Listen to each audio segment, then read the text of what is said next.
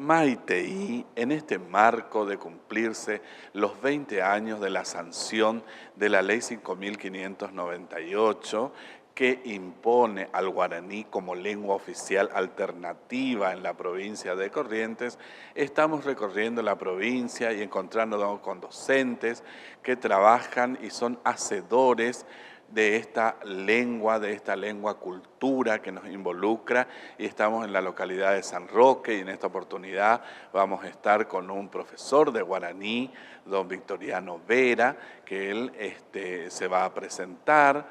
Me dijo que icoeporá o iporanda yeco árape abeí, jaja ejeita mava pajae. Eremi cheve mavande. Cherera Victoriano Vera, sanroqueño. Ana Seba, después, obviamente, San Roque. Ahora, Pepe viví. Y Porá, ¿cuál fue su primer contacto con el guaraní? ¿Cómo se inicia usted? ¿Cómo se contacta con el guaraní? Bueno, con el guaraní yo podría decir que contacté en la barriga de mi madre, pues soy hijo de guaraní hablantes en el medio rural, o sea que a nacer paraní va ume a acatcuajá upepe hermano cuerandi che ru cuerandi che mamá che hija che ru aumía a nacer guaré chimbo eva el guaraní, o sea que si a nacer ya a nacer guaraní Aikohapema. Qué bueno, eso es un buen dato que nosotros no conocíamos de don Victoriano. Entonces usted es guaraní hablante de nacimiento, o sea, su lengua, digamos, materna es el guaraní. Es el guaraní, exactamente. A Cacuajá Upepe a Ñimbo, Upepe de Cacuajá, y... Upepe aprende el idioma guaraní. Hermano Cuerandi, a Cherundi, a Abeí, está vecino, porque era un upea medio rural, poco extenso. Datuchay, pero Pepe Che aprender guaraní, en y Cuera. Perfecto. Yo quiero que nos cuente también, don Vera, yo sé que usted es maestro, fue supervisor, desempeñó varios cargos en la tarea docente, ¿no? Bastante largo ya es mi trayecto. Ya ahí más los 80, Bueno, yo trabajé como en la escuela primaria más de 50 años, ¿no? Como maestro de grado, de todos los grados, de primero a sexto.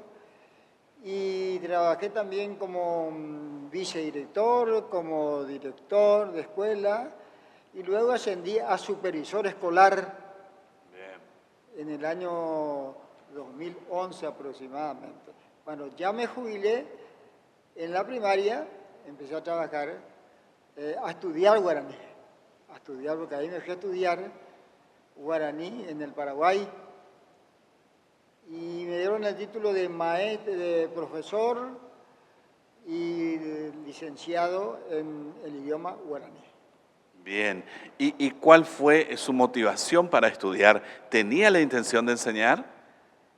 En principio no, porque no sabía.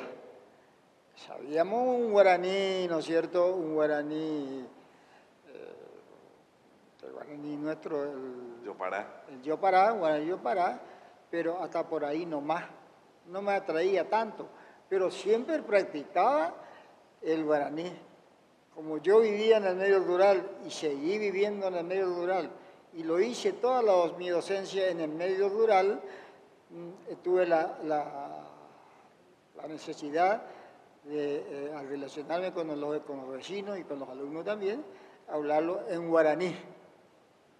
Y ahí está mi guaraní. Pero no era un guaraní pulido, diríamos, porque no estudié nunca.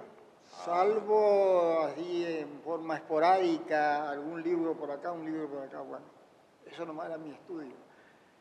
Bueno, fui a estudiar al Paraguay en el instituto ¿cómo que se llama el instituto que ya me olvidé también? Ateneo. Ateneo de Lengua y Cultura Guaraní. Y a los 3 años me dieron el título de profesor de guaraní. Y me hicieron estudiar 2 años más y me dieron el título de licenciado en guaraní. Bueno, ahí ya estoy más o menos, ya estoy preparado. Pero resulta que allá en el Paraguay estudian el guaraní criollo, el guaraní ancestral, ese guaraní que sabían los dueños del idioma. Era un guaraní puro, ¿no es cierto? Jaeporaina, guaraní puro. Y resulta que ese guaraní no hablan en Corrientes, no ñe'ey, ababé no ñe'ey, porque es puro, es difícil y es otro guaraní. Yo tenía que haber estudiado, ahí cometí un error, tenía que haber estudiado el guaraní Yopará para poder enseñar en Corrientes, o si no, no iba a andar. Y bueno, pero ya estudié y bueno, me recibí en el idioma puro y ese vine a querer enseñar acá en San Roque. Hice algunos programas por radio y no funcionaba muy poco, muy difícil para los muchachos. Al no saber, no pueden aprender muy fácilmente. Claro, era la única forma de munirnos de los títulos, ¿verdad? Porque como todavía el profesorado de guaraní acá en la Argentina, en la provincia de Corrientes, no existía. Entonces, la única forma de abordar, de adquirir un título que nos avalara como conocedores de la lengua guaraní, era recurriendo a la vecina república del hermano país. Una vez obtenido el título, sí, ahí adquiría la capacidad como para poder formalmente enseñar. Y usted ha desarrollado, digamos, un camino desde lo que usted aprendió y del conocimiento que usted tenía acá de Corrientes para poder enseñar. Y no me arrepiento porque no es que no me sirva, me sirvió bastante me está sirviendo. En base a eso voy caminando con el Yopará. Que después, bueno, vinimos y apareció el lingüista Liusi, ¿no? Ofreciéndonos a través de las librerías, etcétera, etcétera, los elementos adecuados para estudiar el Yopará. Y entonces comencé a ponerme en camino. Y ya me vendieron en la librería acá de Corrientes, ya me vendieron el libro, libro de Cadogan, que se llama, ¿cómo se llama? El libro de Cadogan. Augú Rápida. Ese fue el primer libro que comencé a leer, que algunas profesoras me prestaron, me vendieron algunos, y así me fui muniendo de más libros, de una amplia literatura, digamos, del guaraní. Ahí ya compré un montón de libros más y comencé a meterme ya en el guaraní Yopará, a actualizarme, a pulirme, y ahora sigo puliéndome y no sé cuánto tiempo más me voy a pulir porque ya veo que no es moco de pavo esto. Bueno, es que qué bueno esto que nos relata don Vera, porque él está contándonos que es un profesor que se está nutriendo constantemente se está perfeccionando y hace una alusión a la diferencia que hay en la variedad dialectal de la vecina República del Paraguay con nuestro guaraní manejado en Corrientes. Él y yo sabemos que el guaraní es una lengua viva, dinámica, activa y en constante movimiento, en constante mutación, en constante cambio, por ser una lengua usada en la realidad, usada en el presente, usada en el medio, ¿verdad? ¿Usted percibe eso, profesor Vera? Sí, percibo, ¿cómo lo voy a percibir? En constante cambio, digamos, en constante cambio. El guaraní. Y bueno, y entonces hace 2 años, comencé, dije, si yo soy correntino, no puedo decir no sé guaraní, Yopará. Tengo que saber. Y comencé a leer y a sondear los libros y encontré muchos libros en donde se explaya el correntino en Yopará. Y me atrajo mucho la atención. Y entonces hablé con algunos que saben, como por ejemplo el doctor Walter Insaurralde, que es un pionero en esto en Corrientes, ¿no? Y un héroe. Un héroe, puede ser, ¿no? Sí, podemos decirle, un héroe. Exacto, Un sí, héroe. sí, sí. Porque él me orientó mucho, me puso un camino, digamos, y al comenzar a leer la literatura de Liu Xi, que es un lingüista, ¿no es cierto?, que es un héroe también en esto, un pionero, comencé a leer y, bueno, y me encarrilé y ya me animé a dar clases de en lengua yopará. Bien. Ya ahí no pegué el salto y a otra isla, ¿no? Donde estaban los guaraníes y ahí estaban los guaraníes ¿eh? Ahí te va. Qué bueno. Y entonces ahí comencé a munirme de la bibliografía, hice el plan, hay que hacer un plan para dar clases, vos sabés eso. Y a rebuscarme de los temas motivadores, de los temas transversales del castellano que podés llevar al guaraní, que no es muy fácil, hay que transversalizar, eso es lo que decimos en la primaria, ¿no es cierto? Sí.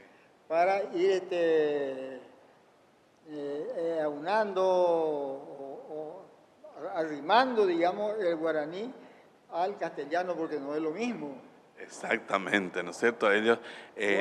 vos, profesor de guaraní, tenés tu pedagogía, tenés tu estrategia, tenés ¿no es cierto? Que ya está todo dado. ¿Cuántos años hace que se enseña guaraní, castellano en la América? ¿No? Del conquistador para acá. Bueno, y ya tenemos todo.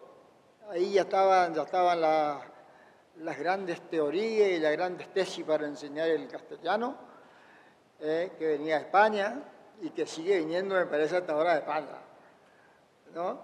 Sí, pero usted sabe también que nosotros, como cada maestro, nos encontramos después con la realidad donde la teoría solamente nos orienta y vamos construyendo el aprendizaje, ¿no? ¿Esta es la misma percepción que yo tengo? Del castellano hacia el guaraní. Y bueno, y entonces comencé a trazar mi plan y comencé un curso. Acá yo llevé en San Roque 3 cursos dictados, digamos, curso a término, sí. 5 meses cada uno. En el 2019, en el 2018, en el 2022 y 2024 ahora, que ya terminé el último curso de este año. Bien, hasta me atrevería a decir un docente reciclado, porque termina su labor de compromiso con el Estado, de su labor de maestro, de directivo, de supervisor, y nuevamente se pone al servicio de la educación desde el guaraní. Es decir, cambiando ya de ciclo, digo yo, ¿cómo es que las ranas, eso, cómo es que cambian de ciclo? Van de una cosa a otra cosa, bueno, así estoy. Estoy como un sapo viejo. Qué bueno y qué rico tener esta posibilidad de contacto con el profesor Victoriano Vera, que nos relata su experiencia muy valedera y muy loable, porque decía yo recientemente un profesor reciclado, porque se va construyendo, va descubriendo nuevas facetas en su vida y se va ayornando para esta enseñanza del guaraní de hoy. Felicitaciones. Exactamente. A mí me complace mucho estar con usted y saber de que usted está trabajando en pos de la instalación del guaraní. Exactamente. Yo tengo una percepción de que en su momento histórico el guaraní era hablado solamente por los adultos y que eso por ahí imposibilitó el aprendizaje con los niños, ¿no? ¿Eso es así también en esta zona? Teníamos los padres prohibido que nuestros hijos hablaran en guaraní, porque dicen que, ¿cuál era el problema? Que el alumno que habla en guaraní no aprende o se le endurece la lengua para hablar en castellano. Y eso nos decían en la escuela. A mí en la escuela más de una vez me dieron cocodones porque me pescaron hablando en guaraní en el recreo. ¿Entendés? Me llamaron a la dirección y me dijeron, ¿por qué hablas en guaraní? Indio, ¿vos sos indio? A ver, bueno, me retaba. Y nos prohibían en la escuela. Y en la casa también nos prohibían algunos padres. Mis padres no nos prohibieron. Bueno, y todo Yo hablé libremente, hablamos todos los hermanos guaraní. Libremente. No nos prohibieron nunca. Bueno, y todo ese prejuicio que se tenía sobre la lengua hoy se está tratando de revertir con esto, ¿no es cierto? Con esto de encontrar personas interesadas en mejorar su enseñanza, en personas que están ávidas de empezar a trabajar con el guaraní en distintas escuelas. Por eso nos lleva desde la creación de profesorado hasta elaboración de materiales didácticos que ponemos a disposición de los docentes. ¿Algo más que nos quiera contar respecto a su experiencia con el guaraní de San Roque, don Victoriano? Bueno, acá en San Roque es un pueblo que habla mucho guaraní. Por suerte. Por suerte. Y yo diría que hay que acentuar mucho eso en el medio rural. Pero siempre tiene ese resquemor, digamos, de que es prohibido el guaraní y que, otra cosa, que un gurí, un niño, un muchachito, no puede hablar en guaraní con un mayor. Eso ya está cerrado. ¿Considera como Sí, una falta de respeto? Una falta de respeto, como una falta de respeto. Entonces el chico se ve cada vez, lo del campo, por ejemplo, yo, maestro, quiero hablar con un lado en guaraní y por ahí, según nomás me contestan, y si no, no me contestan nada, como que está avergonzado para hablar con esa persona mayor. Como que Y más con un maestro. Como que está solo habilitado para los mayores, digamos. Para los mayores. Bien. Hasta ahí llegaba la prohibición. La prohibición y ese prejuicio que se gozaba del guaraní, no es cierto que goza nuestra lengua guaraní, que no tiene ese prestigio, digamos, como otras lenguas. Más aquello de que endurecía la lengua, cuando incursionaban en el guaraní, no tenían que hablar, era prohibitivo, siempre.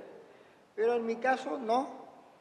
Y así hay en muchas casas, en muchos hogares del medio rural que no tienen tapujos para hablar. Digamos, para hablar.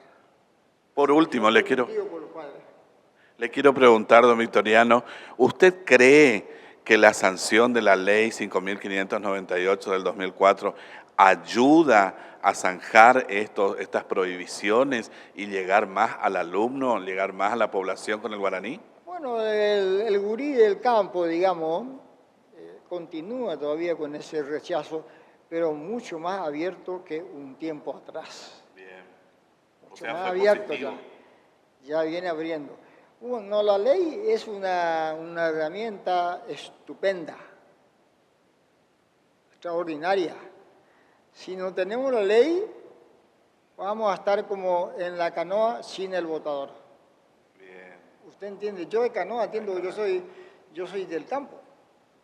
Tengo el 100% de mi vida hecho en el campo. En el campo, ¿verdad? Cuando me hablan del Iberá, que está muy de moda ahora, dicen cada macanada,